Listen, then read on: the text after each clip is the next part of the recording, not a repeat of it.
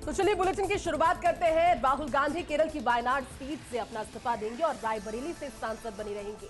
इस बात को लेकर अटकलें चल रही थी, लेकिन आज उस पर फैसला आ गया। वायनाड से अब प्रियंका गांधी उपचुनाव लड़ेंगी। दरअसल कांग्रेस की 2 घंटे की बैठक के बाद राहुल और खड़गे ने इसका ऐलान कर दिया है। इस दौरान राहुल गांधी ने कहा कि वायनाड और रायबरेली से मेरा भावनात्मक रिश्ता है। मैं पिछले 5 सालों से वायनाड से सांसद था। मैं लोगों को उनके प्यार और समर्थन के लिए धन्यवाद देता हूं। प्रियंका गांधी वाड्रा वायनाड से चुनाव लड़ेंगी, लेकिन मैं भी समय समय पर वायनाड का दौरा करूंगा। मेरा रायबरेली से पुराना रिश्ता है। मुझे खुशी है कि मुझे एक बार फिर से उनका प्रतिनिधित्व करने का अवसर मिलेगा, लेकिन ये कठिन निर्णय था क्योंकि दोनों ही दिल के करीब हैं। तो वहीं प्रियंका गांधी ने कहा कि वायनाड को राहुल की कमी वो महसूस नहीं होने देंगे। को बताना चाहता हूं, हमारे नेता राहुल गांधी जी 2 जगह से चुन के आए हैं। कानून के तहत उनको एक सीट वैकेट करना पड़ता है और एक सीट पे वो कंटिन्यू कर सकते हैं, और वो कल लास्ट डेट रहने की वजह से आज हम बैठ के सभी ने, पार्टी ने ये तय कर दिया कि राहुल गांधी जी अपना रायबरेली का सीट रखना चाहिए, क्योंकि रायबरेली ये पहले से भी उनके बहुत नज़दीक है। उस फैमिली के साथ बड़ा जुड़ाव है वहाँ से, और पीढ़ियों से वहाँ पर वो लड़ते आए हैं। इसीलिए वहाँ के लोगों का भी कहना है और पार्टी के लोगों का भी कहना है कि पार्टी के लिए ये अच्छा होगा कि रायबरेली सीट वो रिटेन करे, और पूरी ज़िंदगी उसको याद रखूंगा। प्रियंका वायनाड से चुनाव लड़ेगी, मगर मैं भी पीरियोडिकली वायनाड जाऊंगा और जो वायदे हमने वायनाड को किए थे उनको हम पूरा करेंगे। रायबरेली का पुराना रिश्ता है। काफ़ी खुशी हो रही है कि मैं उनको फिर से रिप्रेजेंट करूंगा,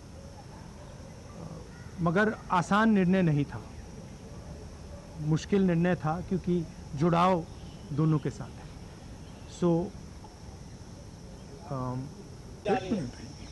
बहुत खुश हूँ मैं। I am very happy to be able to represent Wayanad, and all I'll say is that I won't let them feel his absence.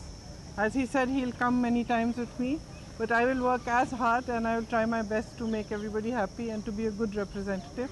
और रायबरेली के साथ तो मेरा बहुत ही पुराना रिश्ता भी है और 20 सालों से मैंने काम किया है दोनों रायबरेली और अमेठी में, तो वो रिश्ता तो कहीं मतलब किसी भी तरह से टूट नहीं सकता। उसको कायम रखने के लिए हम दोनों हैं, और भैया की मैं मदद रायबरेली में भी करूंगी, और जैसे इन्होंने कहा हम दोनों रायबरेली में भी हम दोनों मौजूद होंगे और वायनाड में भी दोनों को। तो वहीं मणिपुर पर गृह मंत्री अमित शाह गंभीर। गृह मंत्री ने सुरक्षा को लेकर समीक्षा बैठक आज की और ये भी कहा कि पीएम के नेतृत्व में लोगों की सुरक्षा सुनिश्चित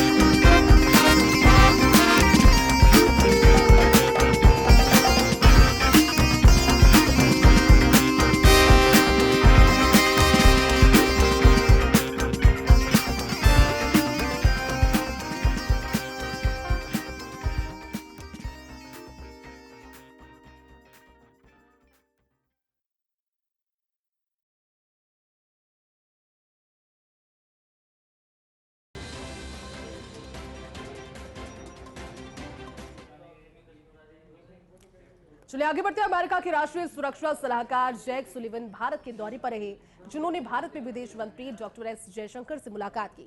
इस दौरान दोनों देशों के बीच द्विपक्षीय, क्षेत्रीय और वैश्विक मुद्दों की व्यापक श्रृंखला पर चर्चा हुई। आपको बता दें कि कल एनएसए भारतीय उद्योग परिसंघ की ओर से उद्योग सीईओ के साथ आयोजित भारत यूएसए आईसीटीई गोलमेज सम्मेलन में प्रतिभागियों को संबोधित करने वाले हैं।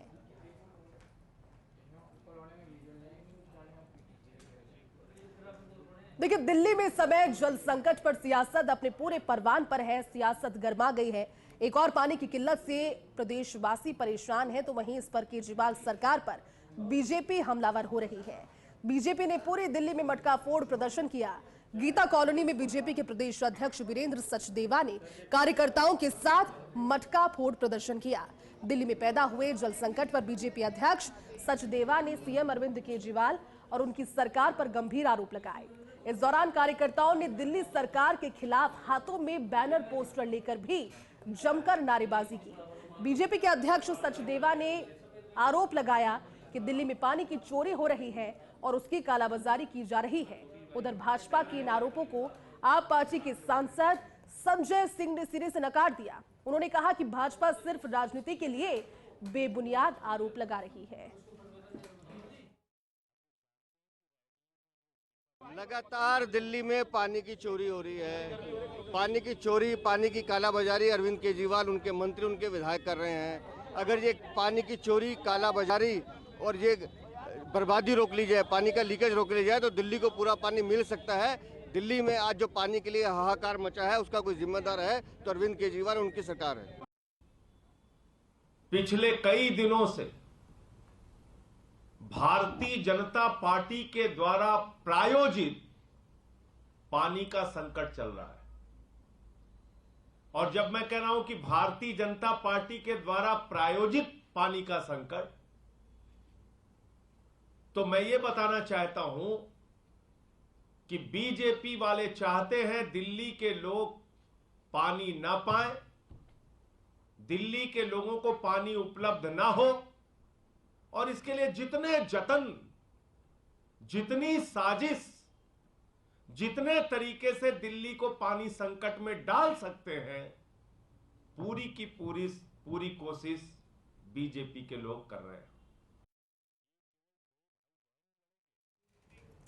वहीं आज पश्चिम बंगाल के न्यू जलपाईगुड़ी के पास एक बड़ा रेल हादसा हुआ। दरअसल इस हादसे में कंचनजंगा एक्सप्रेस ट्रेन की मालगाड़ी से जबरदस्त भिड़ंत हो गई और ये हादसा जो था वो इतना भीषण था कि कंचनजंगा एक्सप्रेस का एक कोच मालगाड़ी पर चढ़ते हुए आसमान की ओर उठ गया और अब तक मिली जानकारी के अनुसार दोनों ट्रेनें एक ही ट्रैक पर आ गई। इसके चलते ये बड़ा रेल हादसा हुआ। अब तक की जानकारी के अनुसार इस हादसे में 15 लोगों की जान चली गई है। इसके अलावा 60 लोग इसमें गंभीर रूप से घायल हैं। आशंका तो ये भी जताई जा रही है कि मरने वालों की संख्या बढ़ सकती है।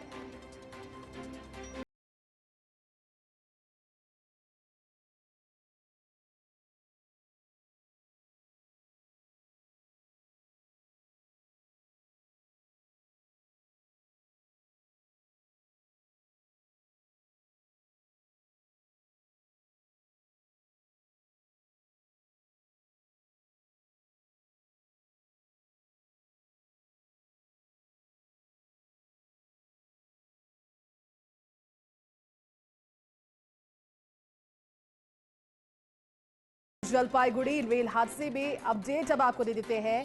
रेल मंत्री अश्विनी वैष्णव ने आर्थिक मदद का ऐलान कर दिया, जिस तरह से आप सभी जानते हैं, क्योंकि जब यह हादसा हुआ वो पहुंची और उसके बाद उन्होंने विश्लेषण भी किया, क्या वजह रही वो भी जानने की कोशिश की। लेकिन अपडेट ये है कि आर्थिक सहायता के ऐलान के बीच अभी भी जांच जारी है, क्योंकि हादसे को समझने की कोशिश की जा रही है। मालगाड़ी की ट्रेन के कोचेस के साथ टक्कर कैसे हुई और उसके बाद इस हादसे में लोगों की जान कैसे गई। हालांकि मृतकों के लिए 10-10 लाख रुपए की आर्थिक सहायता का ऐलान कुछ देर पहले आपको एक्स का वो पोस्ट दिखा रहे थे, जिसमें प्रधानमंत्री नरेंद्र मोदी ने दुख जाहिर किया। उन्होंने लिखा, पश्चिम बंगाल में रेल दुर्घटना दुखद, जिन लोगों ने अपने प्रियजनों को खो दिया उन सभी के प्रति मेरी संवेदनाएं। आगे लिखा कि मैं प्रार्थना करता हूं कि घायल लोग अतिशीघ्र ठीक हो जाएं। ये भी लिखा कि अधिकारियों से बात कर ली है, स्थिति का जायजा लिया है, प्रभावितों की सहायता के लिए बचाव कार्य जारी है। रेल मंत्री भी दुर्घटना स्थल पर जा रहे हैं और उसके बाद वो पहुंची भी रेल मंत्री। उसके बाद उन्होंने जानकारी भी ली और राजस्थान के मुख्यमंत्री भजनलाल शर्मा ने भी एक्स पर एक पोस्ट के जरिए इस रेल हादसे पर अपना दुख जताया। मृतकों के लिए उन्होंने लिखा कि पुण्यात्माओं को श्री चरणों में स्थान भगवान दे, घायलों को शीघ्र स्वास्थ्य लाभ की प्रार्थना करता हूँ। मेरी संवेदनाएं शोक संतप्त परिजनों के साथ। ओम शांति। राजस्थान के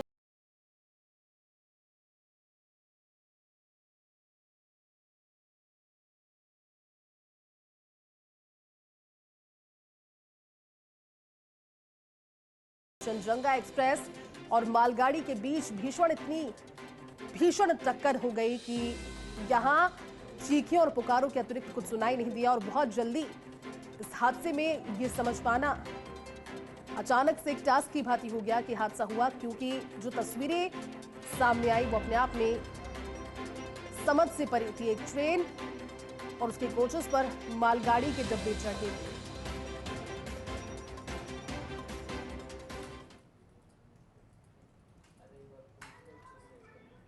देखिए, आपको 5 अलग अलग तस्वीरें दिखा रहे हैं। इस ट्रेन हादसे की तस्वीरें, दार्जिलिंग ट्रेन हादसे की तस्वीरें, पटरी से डब्बे उतरे हुई तस्वीरें, हवा में ट्रेन के डब्बे किस तरह से नजर आ रहे हैं वो तस्वीरें, राहत और बचाव कार्य फिर कैसे शुरू किया गया, क्योंकि मुश्किल था, ये टास्क भी था कि जो डब्बे ऊपर की ओर हैं उन्हें पहले नीचे किस तरह से उतारा जाए, और अगर जो लोग उसके नीचे अगर कोई फंसे हुए हैं या फिर उस ट्रेन के मौजूद जिस बोगी में, जिस कोच में क्षतिग्रस्त सबसे ज्यादा ये बोगी हुई, वहां मौजूद लोगों को रेस्क्यू के लिए कहां किस तरह से कितना जल्दी रिस्पांस टाइम के बाद पहुंचाया जाए, और फिर हेल्पलाइन, क्योंकि एक नंबर जारी किया गया, उसकी भी तस्वीरें, लोग अपने परिजनों को खोजने के लिए इन तस्वीरों के जरिए इस नंबर पर कॉल करते हुए। के बाद आपका स्वागत है। देश में इस समय मौसम के अलग अलग रंग देखने को मिल रहे हैं।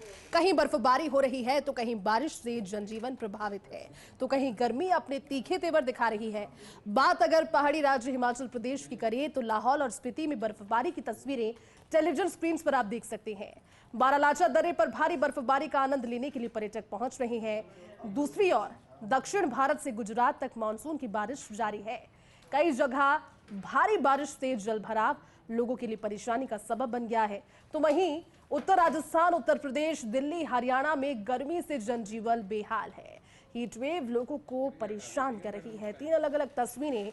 पहली तस्वीर देखकर तो I'm श्योर आपकी कहीं ना कहीं जिस तरह की गर्मी और जितनी सीवियर हीट वेव के बीच आप रह रहे होंगे, आंखों को सुकून लाहौल और स्पीति की बर्फबारी की तस्वीरों को देखकर जरूर आएगा। दूसरी तस्वीर बारिश की है, क्योंकि मानसून का सीजन भी कई राज्यों में अपनी पहली दस्तक दे चुका है। राजस्थान में हालांकि इस चीज का इंतजार अभी भी है। और तीसरी तस्वीर जो उत्तर भारत, उत्तर प्रदेश, राजस्थान, इन सभी राज्यों में जनता भुगत रही है, वो है तीव्र गर्मी, भीषण गर्मी और सूर्यदेव के प्रकोप की 3 अलग अलग तस्वीरें।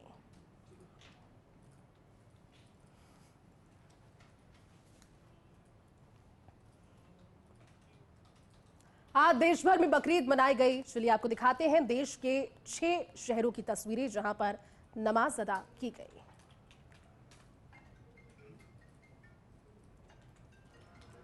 देखिए 6 अलग अलग तस्वीरें आपको दिखा रहे हैं। आज केरल की तस्वीर इस समय आप देख रहे हैं। त्रिवेंद्रम में नमाज अदा करते हुए सामूहिक नमाज अदायगी की तस्वीरें। कोयम्बटूर की, तमिलनाडु के कोयम्बटूर की उसके बाद तस्वीरें। फिर दिल्ली की जामा मस्जिद में सामूहिक नमाज अदायगी की तस्वीरें। जम्मू कश्मीर के श्रीनगर की तस्वीरें, महाराष्ट्र और फिर क्रमशः एमपी भोपाल की नमाज अदायगी की तस्वीरें। बकरीद आज मनाई गई, कुर्बानी का त्योहार, जिसकी 6 अलग अलग तस्वीरें, सामूहिक नमाज अदायगी। ईद उल अजहा की तस्वीरें। देश भर में उत्साहपूर्वक और हर्षोल्लास के साथ ईद उल अजहा मनाया गया। 6 अलग अलग तस्वीरों में आप देख रहे हैं। ईद मुबारक एक दूसरे को कहते हुए लोग नजर आए, गले से गले मिलकर, और इसके बाद अमन, चैन और शांति की दुआएं भी मांगी गई। कुर्बानी का पर्व ईद उल अजहा, जिसकी 6 अलग अलग देश भर के अलग अलग हिस्सों से तस्वीरें।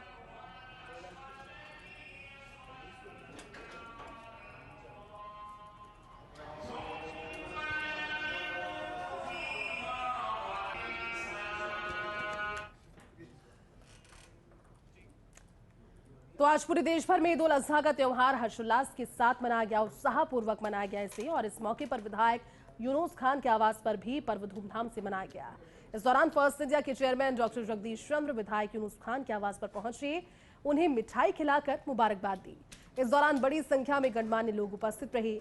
ईद के मौके पर बड़ी संख्या में कांग्रेस जनप्रतिनिधियों ने, अधिकारियों ने विधायक यूनुस खान के सिविल लाइन स्थित आवास पर पहुंचकर ईद उल अजहा की मुबारकबाद दी।